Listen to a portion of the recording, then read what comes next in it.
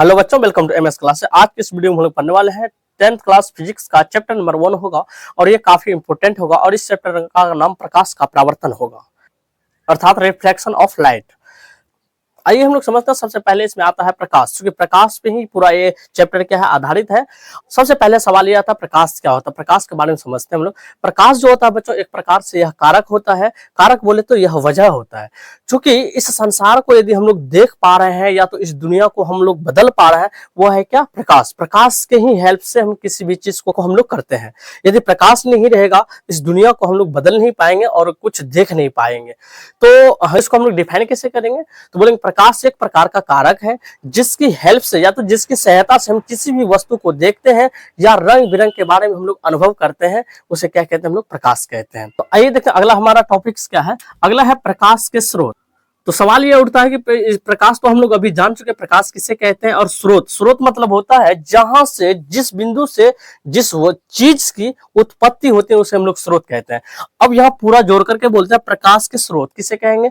तो मतलब जहां से, जिस बिंदु स्रोत से प्रकाश की किरण आ रहा होगा, उन चीजों को हम लोग क्या कहते हैं? प्रकाश के स्रोत कहते हैं। अब प्रकाश स्रोत जो होता है वो दो प्रकार का होता है। एक ऐसा होता है जो कि भगवान ने खुद बना रखा है, या तो कैसे अल्लाह ने बना रखा है, और एक ऐसा होता है जो कि मानव ने खुद से बनाया है। जो भगवान ने मतलब प्रकाश स्रोत को बनाया है उसे हम लोग प्राकृतिक प्रकाश स्रोत कहते हैं। जो मानव ने बनाया है उसे मानव निर्मित प्रकाश स्रोत कहते हैं। तो आइए हम लोग यहाँ पर लिखते हैं इस बात को, जिसे प्रकाश स्रोत बात किया जाए तो प्रकाश के स्रोत ये देखिए दो प्रकार का होता है। एक ऐसा होता है जो भगवान या तो अल्लाह ने बना रखा है, इसको हम लोग बोलते हैं प्राकृतिक प्रकाश स्रोत। और दूसरा जो मानव ने खुद से बना रखा है उसको हम लोग बोलते हैं मानव निर्मित प्रकाश स्रोत बोलते हैं। अब देखिए प्राकृतिक प्रकाश स्रोत क्या हो जाएगा? जैसे सूर्य हो गया, चंद्रमा हो गया, तारा हो गया। क्योंकि रात के अंधेरे में भी तारे से और चंद्रमा से क्या होता है? प्रकाश की किरण आती है यहाँ पर। तो जैसे यहाँ पर लिख देते हैं इस बात को। जैसे हो गया यहाँ पर सूर्य हो गया और चंद्रमा हो गया और तारा हो गया। ये सारा का सारा जो होता है ना, ये प्राकृतिक प्रकाश स्रोत है। चूंकि इसमें इंसान का कोई रोल नहीं होता है, बल्कि ये प्रकृति का रोल होता है, ईश्वर का या तो अल्लाह का रोल होता है। मानव निर्मित प्रकाश स्रोत क्या हो जाएगा? जैसे लालटेन हो गया और बिजली का जलता बल्ब हो गया और उसके बाद हो गया ट्यूब हो गया, है ना। इसे हम लोग कह सकते हैं। और इन दोनों को मिला देंगे तो ये दोनों से क्या निकलता है? प्रकाश ही निकलता है। इसलिए इसका नाम रखा गया प्रकाश के स्रोत। तो इसको हम लोग डिफाइन कैसे करेंगे? प्राकृतिक प्रकाश स्रोत किसे कहते हैं? तो मतलब जो ईश्वर या तो अल्लाह ने बना रखा है ना, तो प्रकाश स्रोत को, उसे हम लोग प्राकृतिक प्रकाश स्रोत कहते हैं। जो मानव द्वारा बनाया गया प्रकाश स्रोत होता है उसे मानव निर्मित प्रकाश स्रोत कहते हैं। अब सवाल ये उठता है कि हम पृथ्वी वासियों के लिए सबसे बेहतरीन या तो महत्वपूर्ण प्रकाश स्रोत क्या है? तो वो क्या है? वो है सूर्य।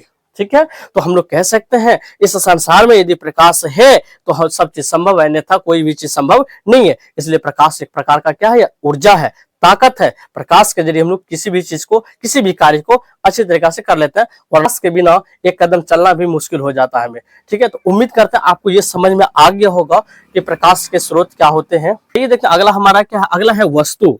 देखिए वस्तु जो है, दुनिया में अनेक प्रकार की वस्तु है। कुछ ऐसे वस्तु है जिससे प्रकाश निकलता है, कुछ ऐसे वस्तु है जिससे प्रकाश नहीं निकलता। तो दोनों वस्तु का नाम अलग अलग रखा गया है। तो यदि हम लोग वस्तु को वर्गीकृत करेंगे तो देखिए ये वस्तु हुआ।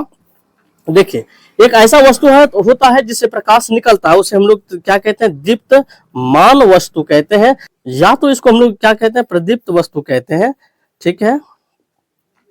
और दूसरा क्या होता है? जिससे प्रकाश किरण नहीं निकलता उसे अदीप्तमान कहते हैं। अदीप्तमान, या तो इसको क्या कहेंगे? अप्रदीप्त कहेंगे।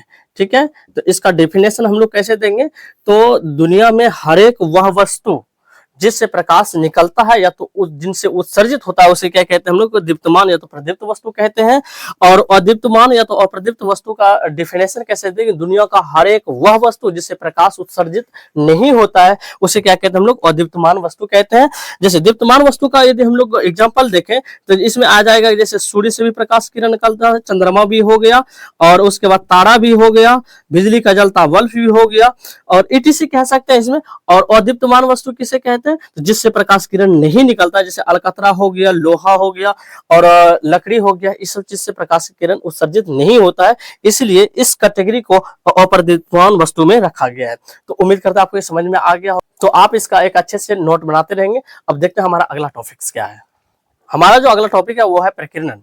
तो प्रकीर्णन किसे कहते हैं, तो देखिए इस प्रकृति में जो प्रकाश की किरण आता है तो हमारे वायुमंडल में ना जाने छोटे छोटे धूल कण वगैरह सब फंसे हुए हैं, जिससे प्रकाश क्या होता है उसमें टकराती है और जिसके फलस्वरूप वो प्रकाश किरण चारों तरफ क्या हो जाता है, वो फैल जाता है। इस घटना को हम लोग क्या कहते हैं, प्रकीर्णन कहते हैं।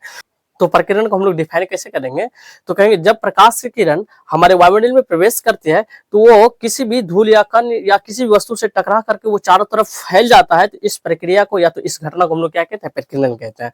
ठीक है, तो उम्मीद करते हैं आपको प्रकीर्णन समझ में आ गया होगा। अब हम लोग देखते हैं किरण किसे कहते हैं। तो देखिए जब भी प्रकाश की किरण आता है ना, तो वह एक सरल रेखा में ट्रेवल करती है, तो गमन करती है। तो इस प्रकार की घटना को हम लोग क्या कहते हैं, किरण कहते हैं। मतलब इसको डिफाइन इस प्रकार से करेंगे, जब प्रकाश की किरण एक सरल रेखा में गमन करती है तो उसे क्या कहते हैं, प्रकाश की किरण कहते हैं। अब सवाल ये आता है कि किरण पुंज किसे कहते हैं। तो देखिए पुंज का मतलब होता है बहुत सारा चीज को उसमें जोड़ देना। तो यहाँ है प्रकाश की किरण पुंज। अभी हमने जाना था इससे पहले कि किरण किसे कहते हैं, तो इसको डिफाइन इस प्रकार से करेंगे, जब बहुत सारा प्रकाश की किरणें एक साथ ट्रेवल करती है तो उसे क्या कहते हैं हम लोग, प्रकाश की किरण पुंज कहते हैं। अब सवाल ये उठता है कि प्रकाश की किरण पुंज जो है वो कितने प्रकार का होता है। यह जो होता है यह 3 प्रकार का किरण पुंज होता है। तो आइए हम लोग देखते हैं कौन कौन सा प्रकार होता है। तो देखिए सबसे पहला जो आता है वो आता है अपसारी किरण पुंज। दूसरा आता है अभिसारी किरण पुंज, ठीक है, और तीसरा आता है समांतर किरण पुंज।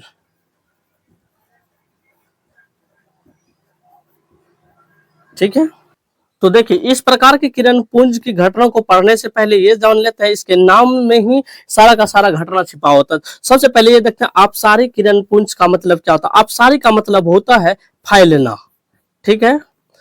अच्छा, अभिसारी का मतलब होता है किसी एक जगह आकर के वो क्या हो जाना, वो जमा हो जाना। और समांतर का मतलब होता है कि वो क्या होना चाहिए, एक दूसरे का वो बराबर होना। ठीक है, तो इसको हम लोग डिफाइन कैसे करेंगे अपसारी किरण पुंज को। तो देखिए जब किसी बिंदु स्रोत से प्रकाश की किरण निकल करके वो चारों तरफ फैल जाता है तो इस प्रकार की घटना को क्या कहते हैं हम लोग, अपसारी किरण पुंज कहते हैं। और अभिसारी किरण पुंज का मतलब होता है जमा होना। तो यहां बोलेंगे तो इसको इस प्रकार से डिफाइन करेंगे, यदि कोई प्रकाश की किरण किसी एक बिंदु पर आकर के वो जमा होती है या तो आकर के वो खत्म होती है, तो इस प्रकार की घटना को हम लोग क्या कहेंगे, ये अभिसारी किरण पुंज बोलेंगे। और इसको हम लोग एक दूसरा नाम देते हैं, अभिसरित भी बोलते हैं। और समांतर किरण पुंज का डेफिनेशन कैसे देंगे, जब बहुत सारा प्रकाश की किरणें एक साथ वो बराबर ट्रेवल करती है उसे हम लोग क्या कहते हैं, समांतर किरण पुंज कहते हैं।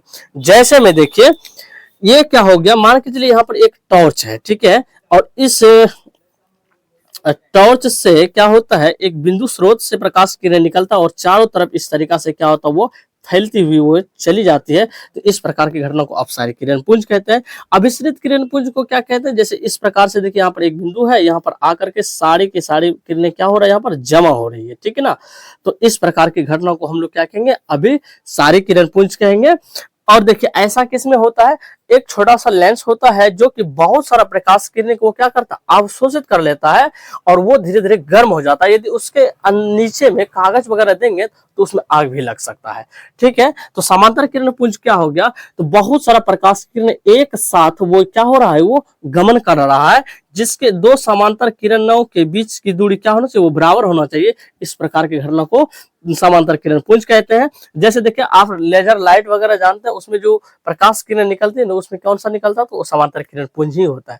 तो उम्मीद करते हैं आपको ये समझ में आ गया होगा। तो आप इसका एक स्क्रीनशॉट लीजिए, देखते हैं हमारा अगला टॉपिक्स क्या है। ये हम लोग देखते हैं पदार्थ। आइए जानते हैं इस दुनिया में पदार्थ जो होता है वो प्रकाश को गुजरने के आधार पर वो कितने प्रकार का होता है। तो देखिए इस दुनिया में कुछ ऐसे पदार्थ है जिनसे होकर के प्रकाश आसानी से पार कर जाता है, यानी पूर्ण रूप से पार कर जाता है। कुछ ऐसे पदार्थ है जिनसे होकर के प्रकाश बहुत कम मात्रा में से गुजरता है, इस कैटेगरी के पदार्थ को अलग नाम दिया गया। कुछ ऐसे पदार्थ हैं जिनसे होकर के प्रकाश की किरण बिल्कुल ही नहीं पार कर पाता है, तो इस प्रकार की पदार्थ का एक अलग कैटेगरी नाम दे रखा है। आइए उन चीजों को हम लोग देखते हैं। तो पदार्थ को जो है प्रकाश को गुजरने देने के आधार पर इसको 3 भागों में बांटा गया है। एक को बोलते हैं पारदर्शी पदार्थ, और दूसरा को बोलते हैं हम लोग अपारदर्शी पदार्थ, और तीसरा को बोलते हैं हम लोग क्या, परभासी पदार्थ। ठीक है, देखिए पारदर्शी पदार्थ किसे कहेंगे, तो देखिए दुनिया में हर एक वह वस्तु जिनसे होकर के प्रकाश आसानी से या तो पूर्ण रूप से पार कर जाता है, उसे क्या कहते हैं, पारदर्शी पदार्थ। अर्थात उस वस्तु में यदि हम लोग देखेंगे तो आसानी से वस्तु को देखा जा सकता है। जैसे देखिए कांच हो गया और साफ पानी हो गया, इस प्रकार की चीज में यदि हम लोग वस्तु को देखेंगे तो आसानी से देख लेंगे, क्योंकि उसमें प्रकाश किरण पूर्ण रूप से गुजरता है। तो पारदर्शी को समझ लेने के बाद अब हम लोग जानते हैं परभासी पदार्थ किसे कहते हैं। तो दुनिया का हर एक वह पदार्थ जिनसे होकर के प्रकाश जो है पूर्ण रूप से पार नहीं करता, बल्कि बहुत कम मात्रा में वो गुजरता है, या तो वो पदार्थ प्रकाश को गुजरने देता है, तो ऐसे कैटेगरी के पदार्थ को हम लोग क्या कहते हैं, परभासी पदार्थ कहते हैं। जैसे ले लीजिए आंख का ये वाला जो पहला वाला भाग देखते हैं, ये भी एक तरह से क्या परभासी पदार्थ है। जब आप लोग अंधेरे कमरे में सोए हुए रहेंगे, तो यदि कोई इंसान आएगा, यदि लाइट को जला देगा, तो अचानक से आपको लगेगा हाँ भाई बल्ब जल गया, और इसमें क्या है, प्रकाश की किरण जो है पूर्ण रूप से नहीं जाता, हल्का मात्रा में जाता है। जैसे घिसा हुआ शीशा हो गया, तेल लगा हुआ कागज हो गया, उसमें यदि आप प्रकाश किरण देंगे तो बहुत कम मात्रा में प्रकाश को गुजरने देते हैं, या तो वस्तु को देखेंगे तो बहुत कम मात्रा में दिखाई देते हैं। तो उम्मीद करता है आपको ये परभासी पदार्थ समझ में आ गया होगा। अब हम लोग जानते हैं कि अपारदर्शी पदार्थ किसे कहते हैं। तो दुनिया का हर एक वह वस्तु जिनसे होकर के प्रकाश बिल्कुल ही आसानी से पार नहीं कर पाता है, उसे क्या कहते हैं हम लोग, अपारदर्शी पदार्थ कहते हैं। जैसे हो गया लकड़ी हो गया, लोहा हो गया, अलकतरा हो गया, पत्थर हो गया, इस प्रकार की चीज जो होता नहीं है अपारदर्शी पदार्थ होता है, क्योंकि इसमें प्रकाश किरण गुजर नहीं पाता है, और ऐसे पदार्थ जो है ना प्रकाश की किरण को गुजरने नहीं देता है, तो इसे क्या कहते हैं हम लोग, अपारदर्शी पदार्थ कहते हैं। ठीक है, तो इसका एग्जांपल लिख सकते हैं। पारदर्शी पदार्थ का हो गया कांच हो गया, ठीक है, और साफ पानी हो गया, एटीसी कह सकते हैं इत्यादि। और पारदर्शी क्या हो गया, जैसे लकड़ी हो गया, और मिट्टी हो गया, अलकतरा हो गया, ठीक है, और भी बहुत सारा चीज हो सकता है। परभासी पदार्थ जो हुआ मतलब बहुत कम मात्रा में गुजर लेता, तो जैसे घिसा हुआ आप शीशा कह सकते हैं, या तो कांच, ठीक है, और दूसरा कह सकते हैं आप इसमें लगा हुआ कागज हो गया, ठीक है, एटीसी कह सकते हैं। तो उम्मीद करता है आपको समझ में आ गया होगा पदार्थ क्या है, प्रकाश को गुजरने के आधार पर यह 3 प्रकार से बांटा गया था, और उम्मीद करता है आपको ये समझ में आ गया होगा, और उम्मीद करता है वीडियो काफी आपको अच्छा लगा हो। यदि अच्छा लगा है तो लाइक करें, दोस्तों में शेयर करें। आज की इस वीडियो को यहीं पे रखेंगे, नहीं तो वीडियो बहुत लंबा हो जाएगा। हम लोग नेक्स्ट वीडियो में आएंगे लेकर के प्रकाश का परावर्तन कहते किसे हैं। यह जो होता है प्रकाश का परावर्तन एक प्रकार का घटना होता है, और इसके घटना के नियम को भी हम लोग जानेंगे, और ये जो घटना घटता है कुछ नियमों का पालन करते हुए घटना घटता है प्रकाश का परावर्तन। यदि आप लोग उसको अच्छे से देख लें तो आप किसी को भी पढ़ा देंगे। तो मिलते हैं नेक्स्ट वीडियो के साथ। बने रहे MS क्लासेस। थैंक्स।